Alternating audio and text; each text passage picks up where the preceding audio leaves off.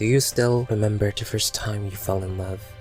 That feeling when nothing else in the world mattered except you and the person you loved. It felt as if time slowed down just for the two of you. The world quieter, softer. Every little thing about them, every quirk, every flaw felt impossibly beautiful. You couldn't quite understand how someone could be so perfect. And for a while, you thought those days, those moments would last forever. But then, one day, they left. And they didn't just leave. They took a part of you with them. Suddenly, all the promises, the late night talks, the quiet mornings, the laughter you thought would never fade, they all become a reminder of what you lost. At first, you were angry.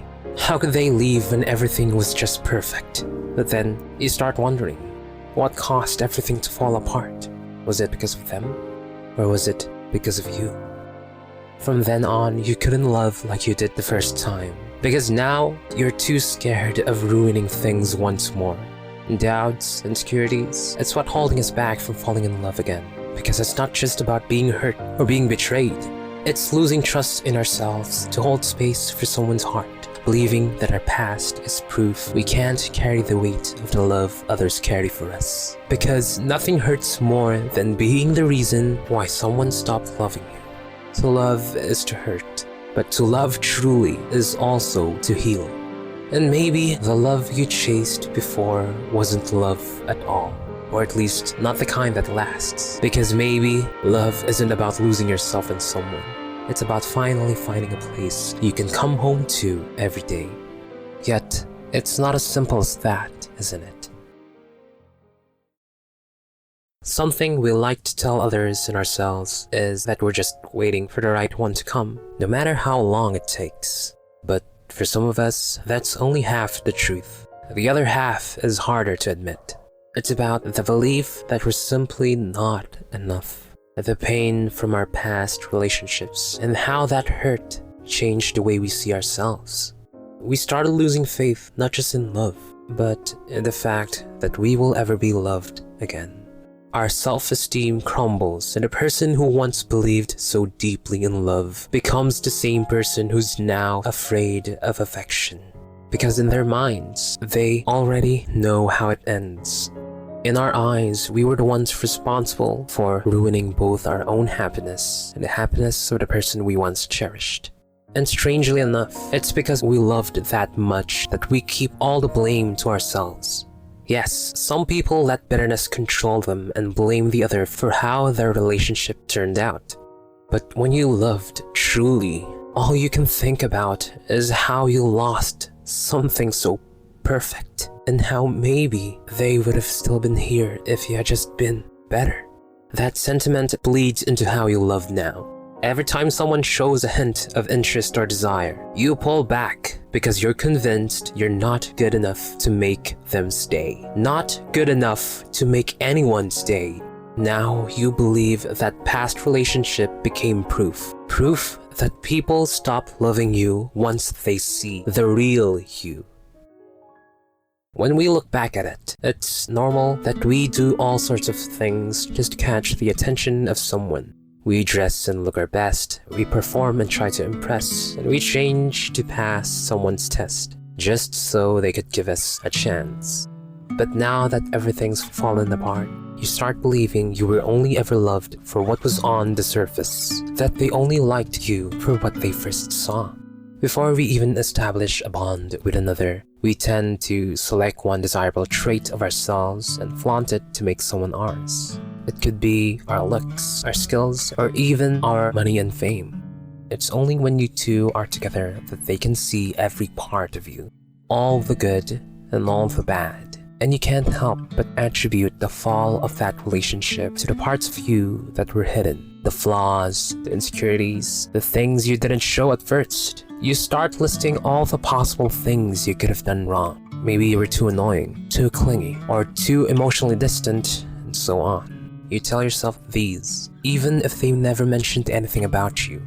And that fear etches deeply into your mind. The thought that no one can love you at your lowest. And that's painful, isn't it?